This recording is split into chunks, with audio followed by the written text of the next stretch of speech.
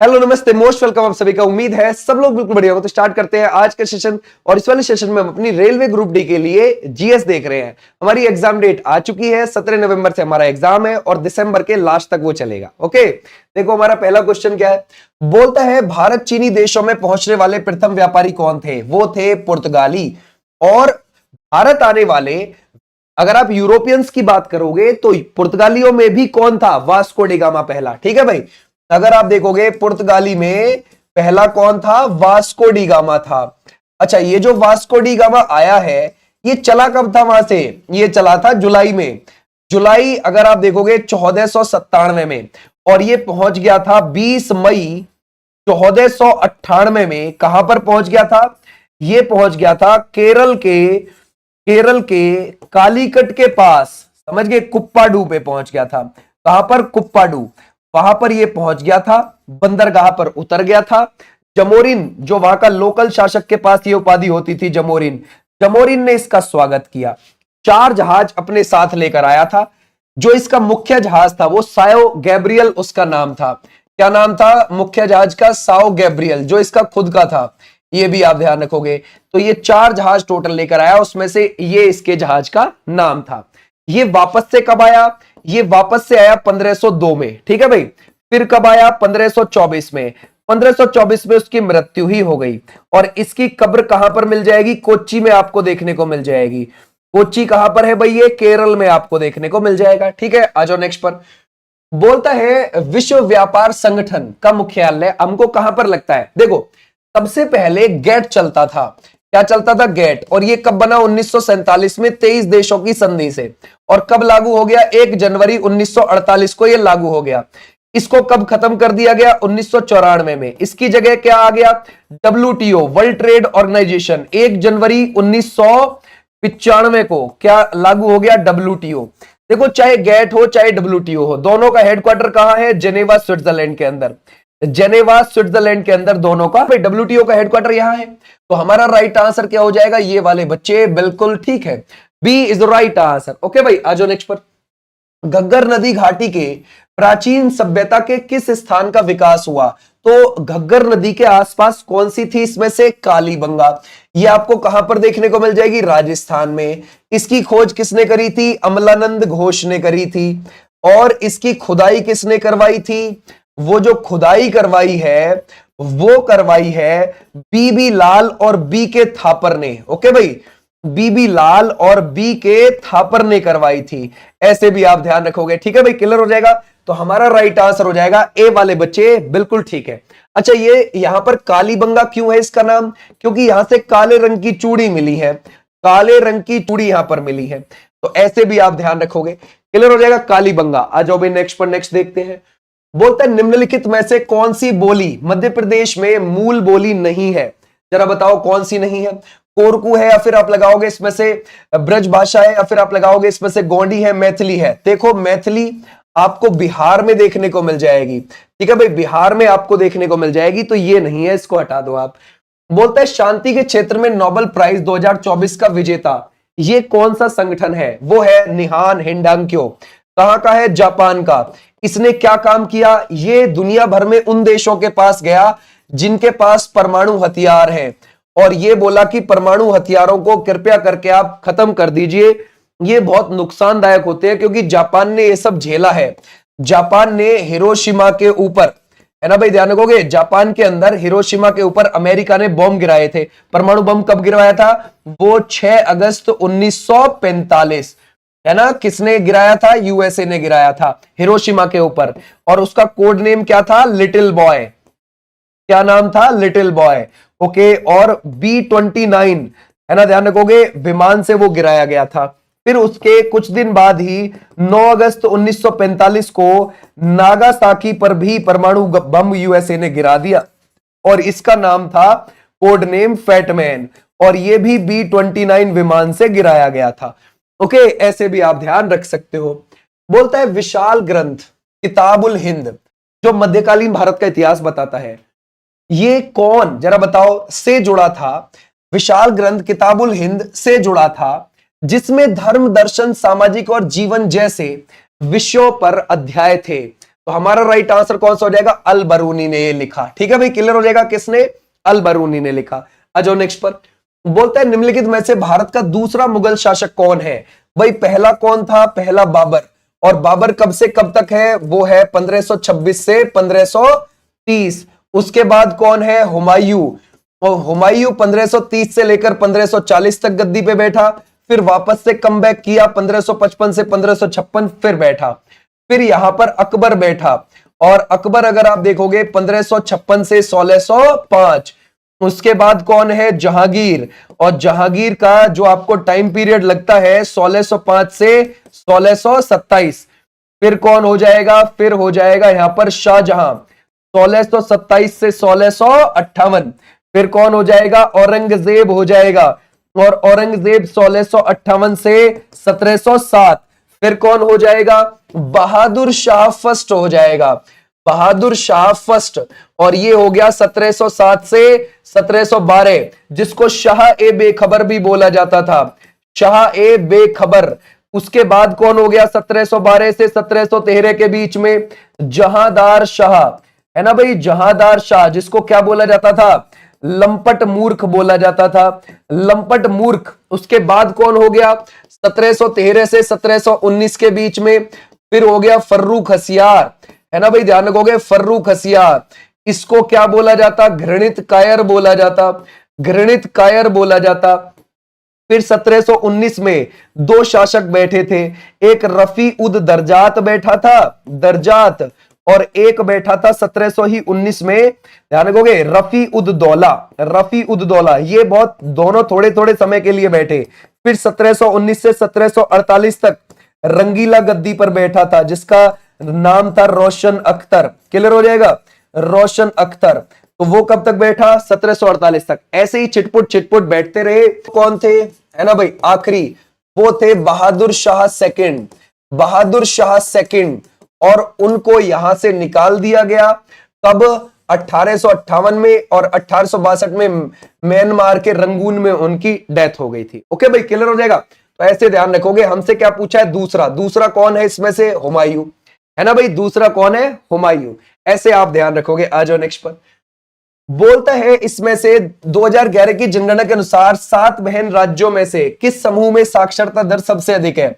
यानी कि यूं कह रहा है कि ये जो नॉर्थ ईस्ट है ना, इस नॉर्थ ईस्ट में कौन दो पढ़े लिखे राज्य है। तो वहां तो भाई आपको मिजोरम और त्रिपुरा लगेंगे। मिजोरम है 91.25% पर, त्रिपुरा है 87% पर। अगर हम देश का मामला देखें तो केरल सबसे ज्यादा मिलेगा 2011 के हिसाब से, है ना, 93.91% पर। फिर आपको मिजोरम राज्य देखने को मिलेगा सेकंड पर, मिजोरम आपको मिलेगा 91.25 पर। फिर आपको गोवा देखने को मिलेगा 88 पर, और फिर आपको त्रिपुरा देखने को मिलेगा 87 पर। तो ये तो है देश का मामला, लेकिन हमसे नॉर्थ ईस्ट का पूछ रहा है। ठीक है, तो ऐसे आप ध्यान रखोगे। आ जाओ नेक्स्ट पर। बोलते हैं 28 जनवरी से 14 फरवरी 2025 तक 38वें राष्ट्रीय खेल किस राज्य में आयोजित किए गए थे। उत्तराखंड में। कितने, 8 जिलों में हुए थे, है ना, और देहरादून से उद्घाटन हुआ था, मोदी जी ने किया था 28 जनवरी को, राइट बात है। और 14 फरवरी को समापन समारोह कहां हुआ, हल्द्वानी में हुआ, हल्द्वानी में इसकी एंडिंग हुई है। ठीक है भाई, क्लियर हो जाएगा। और ये जो समापन समारोह में अमित शाह इसमें शामिल हुए थे। अच्छा, यहां पर अगर आप देखोगे टॉप पर कौन रहा है, सर्विसेज, सर्विसेज कितने पदक लेकर आई, अगर हम देखें वो है 68, 26, 27, टोटल 121, गोल्ड, सिल्वर, ब्रॉन्ज। तो ऐसे आप ध्यान रखोगे। और जो टॉप पर रहता है उसको कौन सी ट्रॉफी मिलती है, राजा भालीद्र सिंह ट्रॉफी मिलती है ना, क्लियर हो जाएगा। तो ये किसको मिल गई, सर्विसेज को मिल गई। अगली बार वाले 39वें नंबर के 2027 में कहां पर होंगे, मेघालय में होंगे। तो ऐसे भी आप ध्यान रखोगे। ठीक है, कहां होंगे, मेघालय में होंगे। आ जाओ भाई नेक्स्ट पर। ये तो 39वें नंबर के, 38वें यहां हो गए। ओके, आ जाओ नेक्स्ट पर। चाक्यार कुथु लोक नृत्य शैली जिसमें पूरी कहानी एक ही कलाकार द्वारा प्रस्तुत की जाती है, मुख्य रूप से निम्नलिखित में से किस राज्य से संबंधित है। देखो, चाक्यार कुथु में क्या है, ये एक नाट्य है, नाटक है। इसमें महाभारत और रामायण दर्शाई जाती हैं, और ये कहां का हो जाएगा, केरल का आपको देखने को मिलेगा। आ जाओ भाई नेक्स्ट पर, है ना भाई। नेक्स्ट क्या कहता है, बोलता है सीबीआई के महानिदेशक कौन है। ओके, सीबीआई कब बनी है? 1963। हेडक्वार्टर दिल्ली के अंदर आपको देखने को मिलेगा और प्रवीण सूद इसके महानिदेशक हैं। आ जाओ नेक्स्ट पर। जला गीत स्त्रियों के द्वारा कब गाया जाता है? तो ये कब गाया जाता है? कुएं के पूजन के समय नो, या फिर आप लगाओगे जल झूलनी एकादशी के अवसर पर नो, दुल्हन की बारात देखने जाने पर हाँ बिल्कुल ठीक है। जैसे भाई दुल्हन की बारात आ रही है, उधर से दूल्हा अपने साथ गैंग लेकर आ रहा है पूरा, ठीक है, तो उसको जो देखने जाती हैं लड़कियां कि हाँ भाई गैंग आ रहा है उधर से, है ना, उधर तो उल्टा पुल्टा कोई नाली में मुंह दिए पड़ा है, कोई कहीं उल्टे पुल्टे झूमते झामते बस आ रहे हैं, दिखाते हुए कि हट जाओ हम अपना बादशाह को लेकर आ रहे हैं। पूरा गैंग जो आ रहा होता है उसको जो देखने जाती है लड़कियां, उस समय पर ये जलाए गीत गाया जाता है। समझ गए? तो ऐसे भी आप ध्यान रखोगे। आ जाओ नेक्स्ट पर।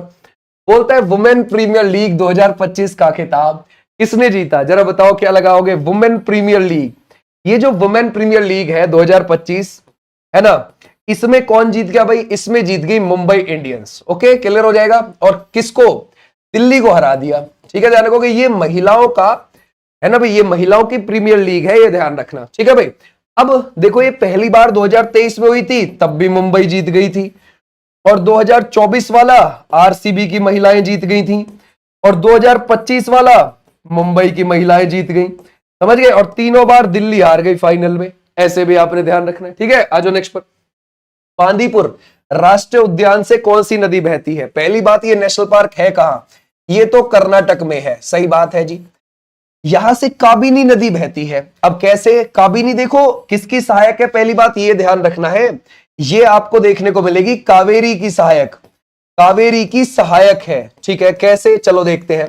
देखो यहां पर कर्नाटक है, कर्नाटक में आपको कोडागु जिले की ब्रह्मगिरी पहाड़ी से कावेरी नदी निकलती है। निकलने के बाद वो तमिलनाडु में आती है, और उसके बाद आगे जाके बंगाल की खाड़ी में गिर जाती है, और 800 किलोमीटर लगभग इसकी कावेरी की लंबाई है। तो ये जो नदी है काबिनी, ये निकलेगी कहां से? ये दो नदियों से मिलाकर बनती है केरला के अंदर, और केरल के बाद ये जाती है कर्नाटक में, और कर्नाटक में जाकर ये कावेरी में मिल जाती है। तो ये कावेरी की सहायक है।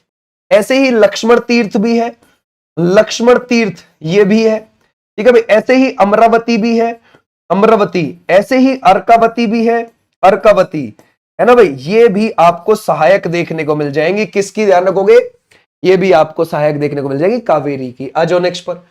इनमें से कौन सा दर्रा सही सुमेलित है? अगर हम देखें, माना दर्रा हिमाचल प्रदेश में है क्या? नहीं, तो ये तो उत्तराखंड में है भाई, है ना, उत्तराखंड में है।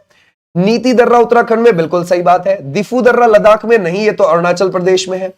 अघिल दर्रा आपको अरुणाचल प्रदेश में लगेगा, नहीं, ये लद्दाख में है। तो ओनली बी ही सही है इसमें। ठीक है भाई, बी सही है। आ जाओ भी नेक्स्ट पर। 1976 में भारत में पहला महिला अंतरराष्ट्रीय टेस्ट क्रिकेट मैच कहां आयोजित किया गया था? ये बेंगलोर में हुआ था, महिला का पहला टेस्ट मैच। ओके, और ये भारत और वेस्ट इंडीज की टीम के बीच हुआ था, भारत और वेस्ट इंडीज की टीम के बीच हुआ था। ओके भाई, आ जाओ नेक्स्ट पर।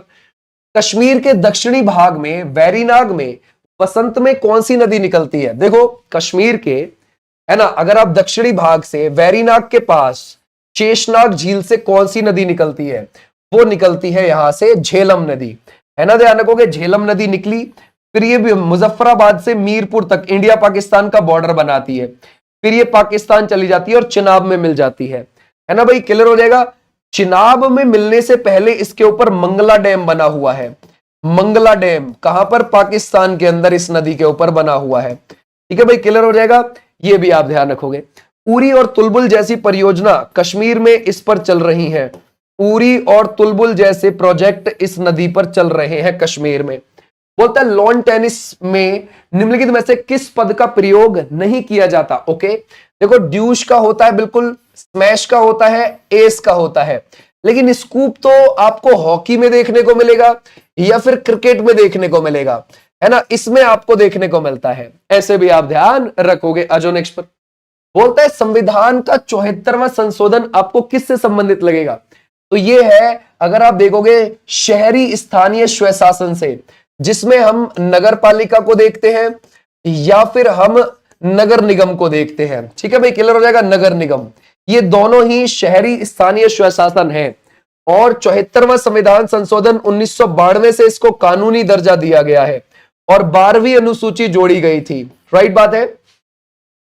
अब ये जो नगर पालिका है ये कहां मिलती है? ये छोटे शहर और कस्बों में मिलती है। छोटे शहर और कस्बों में जिनकी आबादी 20,000 से लेकर 5 लाख है, वहां आपको देखने को मिलेगी। इनकी पावर कम होती है, इनकी याद रखोगे, कम पावर आपको देखने को मिलेगी इनकी, समझ गए। लेकिन ये जो नगर निगम है इनकी पावर ज्यादा होती है। यहां पर अध्यक्ष को मेयर बोला जाता है, मेयर जिसको महापौर बोलते हैं। और ये आपको 5 लाख से ज्यादा आबादी वाले शहरों में देखने को मिलेंगे, यानी कि ये बड़े हैं, याद रखोगे, बड़े नगर निगम हैं। ये भी आप ध्यान रखोगे, बड़े शहरों में आपको ये देखने को मिल जाएंगे। जून 2024 तक नरेंद्र मोदी के कैबिनेट 3.0 में कितने कैबिनेट मंत्रियों ने शपथ ली? आपको पता है भाई, 9 जून को मोदी जी ने शपथ ली थी, 2024 को तीसरी बार प्रधानमंत्री की। तो तभी 71 मंत्रियों ने टोटल पद, ध्यान रखोगे, शपथ ली थी उन्होंने, है ना, क्लियर हो जाएगा, 71 मंत्रियों ने। लेकिन उसमें से कैबिनेट कितने थे? कैबिनेट थे 30, याद रखोगे, हमारा राइट आंसर हो जाएगा इतने कैबिनेट मंत्रियों ने। बोलता है दौल उत्सव मुख्य निम्नलिखित में से किस राज्य में मनाया जाता है? तो ये मनाया जाता है असम के अंदर। कौन सा है ये? दौल उत्सव के बारे में बोल रहे हैं, क्लियर हो जाएगा, दौल उत्सव। शाबाश, बहुत अच्छे। आ जाओ भाई नेक्स्ट पर। बोलता है भारतीय संविधान का आर्टिकल 40 आपको किससे संबंधित लगेगा? भाई डीपीएसपी का आर्टिकल, वो किसका है? डीपीएसपी का। डीपीएसपी 36 से 51 तक देखने को मिलते हैं और संविधान के भाग 4 में आपको देखने को मिलते हैं। जीवन की सुरक्षा, ग्राम पंचायतों का संगठन, नागरिकों के लिए समान नागरिक संहिता या फिर धार्मिक मामलों का प्रबंधन करने की स्वतंत्रता। तो हमारा राइट आंसर कौन सा हो जाएगा? ग्राम पंचायतों का संगठन आता है इसमें, ठीक है। राज्य का यह दायित्व है कि ग्राम पंचायतों का गठन ज्यादा से ज्यादा होना चाहिए आर्टिकल 40 के तहत, ठीक है भाई। आ जाओ नेक्स्ट पर। बोलता है इंटरनेशनल एमी अवार्ड्स के लिए पहले भारतीय होस्ट प्रस्तुतकर्ता कौन घोषित हुए? तो वो वीरदास। ये जो आप इंटरनेशनल एमी अवार्ड देखते हो, 1948 में इनकी स्थापना हुई है और 1949 में ये पहली बार दिए गए हैं। ओके भाई, ध्यान रखोगे, पहली बार दिए गए हैं। तो ऐसे भी आप ध्यान रखोगे, किसको मिले हैं? वीरदास को। और ये कौन देता है? यूएसए देता है, अमेरिका देता है ये, ठीक है भाई, क्लियर हो जाएगा। आ जाओ नेक्स्ट पर। बोलता है अच्छा ये किस में दिए जाते हैं? टेलीविजन और उभरती पत्रकारिता में दिए जाते हैं। ये भी आप ध्यान रखना, किसमें? टेलीविजन प्लस उभरती पत्रकारिता, इस कैटेगरी में ये दिया जाता है, क्लियर हो जाएगा। ओके चलो नेक्स्ट पर। बोलता है निम्नलिखित में से कौन भारत की एकमात्र सार्वजनिक रूप से प्रसिद्ध महिला शहनाई वादक है? जरा बताओ क्या लगाओगे? तो वो है बागेश्वरी कमर। इन्होंने किससे शहनाई बजाना सीखा था? बिस्मिल्लाह खान से। ओके भाई, ध्यान रखोगे, बिस्मिल्लाह खान के दोस्त की बेटी थी ये। ओके भाई, क्लियर हो जाएगा। आ जाओ नेक्स्ट पर। बोलता है निम्नलिखित में से किस नृत्य में किसी भी वाद्य यंत्र का प्रयोग नहीं किया जाता? वो है वालर नृत्य, है ना भाई, वालर नृत्य। ये कहां पर होता है? राजस्थान की गरासिया, है ना भाई, ध्यान रखोगे, गरासिया जनजाति के लोग इसको करते हैं। देखो जब इसे, है ना भाई, जब इसे महिलाएं कर रही होती हैं तब तो कोई वाद्य यंत्र का यूज नहीं किया जाता, और जब इसे पुरुष और महिला एक साथ कर रहे होते हैं, पुरुष और महिला एक साथ, तब उस समय पर ढोल बजाया जाता है, ठीक है भाई, ध्यान रखोगे, ढोल बजाया जाता है। ऐसे भी आप याद रख सकते हैं, ठीक है भाई। आ जाओ नेक्स्ट पर। निम्नलिखित में से कौन सी आपको खिलाड़ी टेबल टेनिस से संबंधित है? ओके, कौन सा या कौन सी? श्रीकांत क्रिकेट, ठीक है भाई, ध्यान रखोगे, किससे? क्रिकेट से संबंध है। पंकज आडवाणी बिलियर्ड्स से संबंध रखते हैं, किससे? बिलियर्ड्स से। ओके, और अगर आप देखोगे मनीष नरवाल, इनका संबंध किससे हो जाएगा? इनका संबंध हो जाएगा पैरा, है ना भाई, पैरा शूटिंग से। ये भी आप ध्यान रखोगे। तो हमारा राइट आंसर है मनिका बत्रा का संबंध टेबल टेनिस से है। ओके, आ जाओ नेक्स्ट पर। बोलता है मूसी और भीमा की सहायक नदियां हैं, किसकी? कृष्णा की। कृष्णा कहां से निकलती है? कृष्णा निकलेगी महाराष्ट्र से, महाराष्ट्र से निकलेगी, महाबलेश्वर से निकलती है, महाबलेश्वर से निकलने के बाद कहां आ जाएगी? कर्नाटका में आ जाएगी, ठीक है भाई, ध्यान रखोगे। ये गोवा है और ये कर्नाटक है, तो गोवा में तो ये जाती नहीं है, कर्नाटक में जाती है, उसके बाद तेलंगाना में जाती है, फिर आंध्र प्रदेश में जाती है और बंगाल की खाड़ी में गिर जाती है। तो 4 राज्यों में बहती है, महाराष्ट्र, कर्नाटक, तेलंगाना, आंध्र प्रदेश। और इसकी जो लेंथ है वो 1401 किलोमीटर है, और मूसी और भीमा इसकी सहायक है। जैसे कि हम तुंगभद्रा को भी कह सकते हैं, तुंगभद्रा, कोयना को भी कह सकते हैं, कोयना। घाट प्रभा और माल प्रभा को भी कह सकते हैं, घाट प्रभा प्लस माल प्रभा को भी हम कह सकते हैं इसकी सहायक।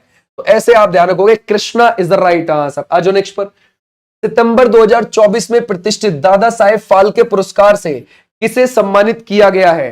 तो वो किसको किया गया है? मिथुन चक्रवर्ती को किया गया है। ठीक है भाई, ध्यान रखोगे। और ये कब मिला था इन्हें? 8 अक्टूबर 2024 में मिला था, ये ध्यान रखोगे। सबसे पहले ये पुरस्कार 1969 में देविकर रानी को मिला था। किसको मिला था? देविकर रानी को मिला था। और ये जो आप दादा साहेब फाल्के देख रहे हैं, इनको भारतीय सिनेमा का जनक कहा जाता है। आज नेक्स्ट पर, भारत की प्रथम महिला शिक्षिका कौन है? कौन हो जाएंगी? सावित्री बाई फुले। किसकी पत्नी है? ज्योतिबा फुले जी की। ठीक है भाई, ध्यान रखोगे, ज्योतिबा फुले की ये हो जाती है पत्नी। ज्योतिबा फुले ने सत्यशोधक समाज की स्थापना करी थी। और सत्यशोधक समाज की स्थापना वो कब करी है? वो करी है सत्यशोधक समाज की स्थापना 1873 में पुणे के अंदर। ठीक है भाई, और गुलामगिरी भी इन्होंने ही लिखी थी। और ये गुलामगिरी जो लिखी है वो मराठी भाषा में लिखी है। ओके, ध्यान रखोगे, कौन सी भाषा में? मराठी भाषा में लिखी है। आज नेक्स्ट पर, बोलता है उर्मिला सत्यनारायण किस भारतीय शास्त्रीय नृत्य शैली की प्रतिपादक हैं? भरतनाट्यम। कहां का है? तमिलनाडु का शास्त्रीय नृत्य है। इसको पहले साध्य नृत्य बोला जाता था। बोलता है भारत की जनगणना 2011 के अनुसार भारत में पुरुष एवं महिला साक्षरता दर के बीच कितना अंतर आपको लगता है? 16.68 हो जाएगा। अगर हम देखें, जैसे पुरुष की कितनी है भाई हमारे देश में साक्षरता?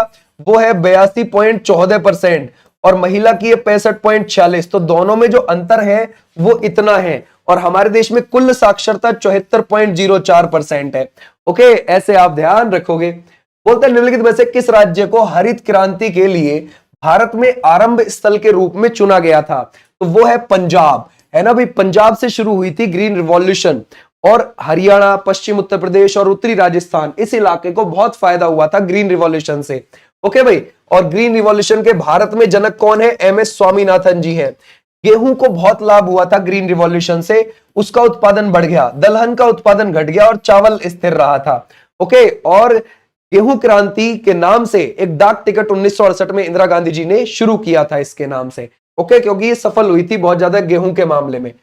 भारत के सबसे हल्के स्वदेशी टैंक का नाम बताइए जिसका सफल फील्ड फायरिंग ऑटोमोटिव परीक्षण सितंबर 2024 में डीआरडीओ ने किया। वो है जोरावर। केवल और केवल 25 टन का वजन। समझ गए आप लोग? और इसमें 3 लोग बैठ सकते हैं, पहाड़ी इलाके में बढ़िया तेजी से चल सकता है। आ जाओ नेक्स्ट पर। जून 2021 तक प्राप्त जानकारी के अनुसार भारत में कितने बायोस्फीयर रिजर्व हैं? और आज भी 18 ही हैं। तो पहला कौन सा था? पहला था नीलगिरी वाला, नीलगिरी बायोस्फीयर रिजर्व। ये भी चीज आप ध्यान रखोगे। ठीक है भाई, क्लियर हो जाएगा। ये वाला हो जाता है पहला वाला। ठीक है, आ जाओ नेक्स्ट पर। नेक्स्ट देखते हैं। बोलता है संविधान की 11वीं अनुसूची में कितने विषय दिए गए हैं?